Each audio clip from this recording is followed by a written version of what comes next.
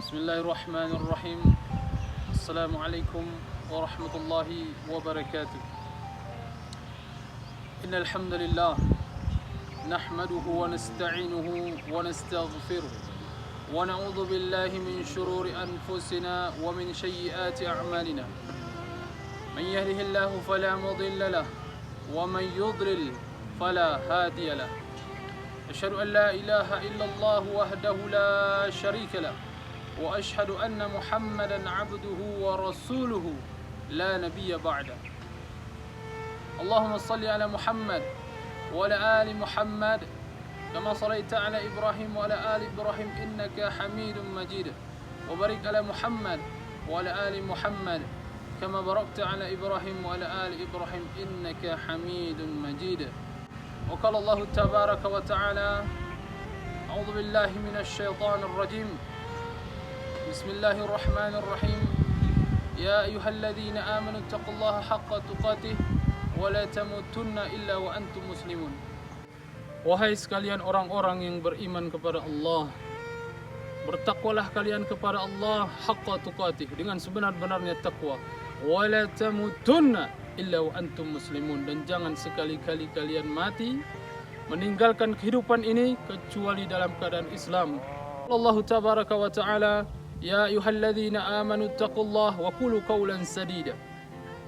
Wahai sekalian orang-orang yang beriman kepada Allah, yang mengaku dirinya beriman kepada Allah, bertakwalah kalian kepada Allah, wa qulu qawlan sadida, dan ucapkanlah perkataan yang benar. Yuslih lakum a'malakum, niscaya Allah akan memperbaiki amalan-amalan kalian. Wa yaghfir lakum dzunubakum, dan mengampuni dosa-dosa kalian. Wa may yuti'illaha wa rasulahu faqad faza fawzan 'azima. Barang siapa yang mentaati Allah dan Rasulnya, faqad faza fawzan 'azima, sungguh dia telah mendapatkan kemenangan yang besar.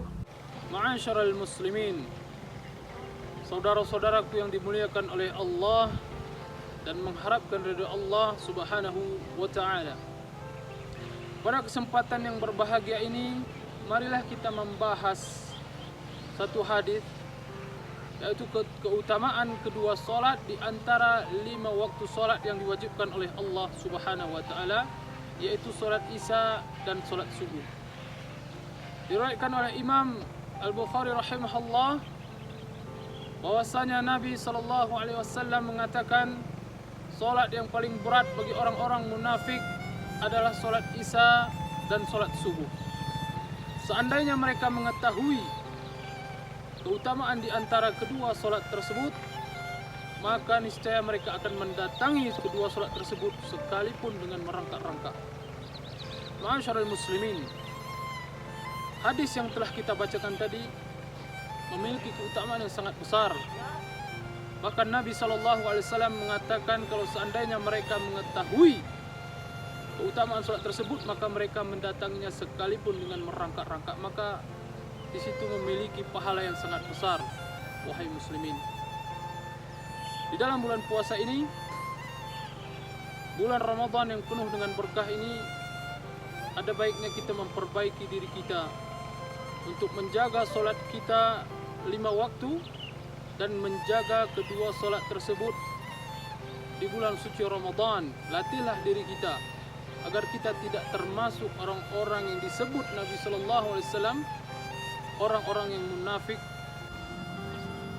Maka oleh karena itu, kaum muslimin yang dirahmati Allah Subhanahu wa taala, mintalah kepada Allah Rabbul Alamin agar Allah Subhanahu wa taala memberikan hidayah kepada kita untuk bisa melaksanakan solat, melaksanakan perintah-perintah Allah, dan menjauhi apa yang telah Allah larang di dalam Al-Quran dan hadis-hadis Nabi alaihi salatu wassalam.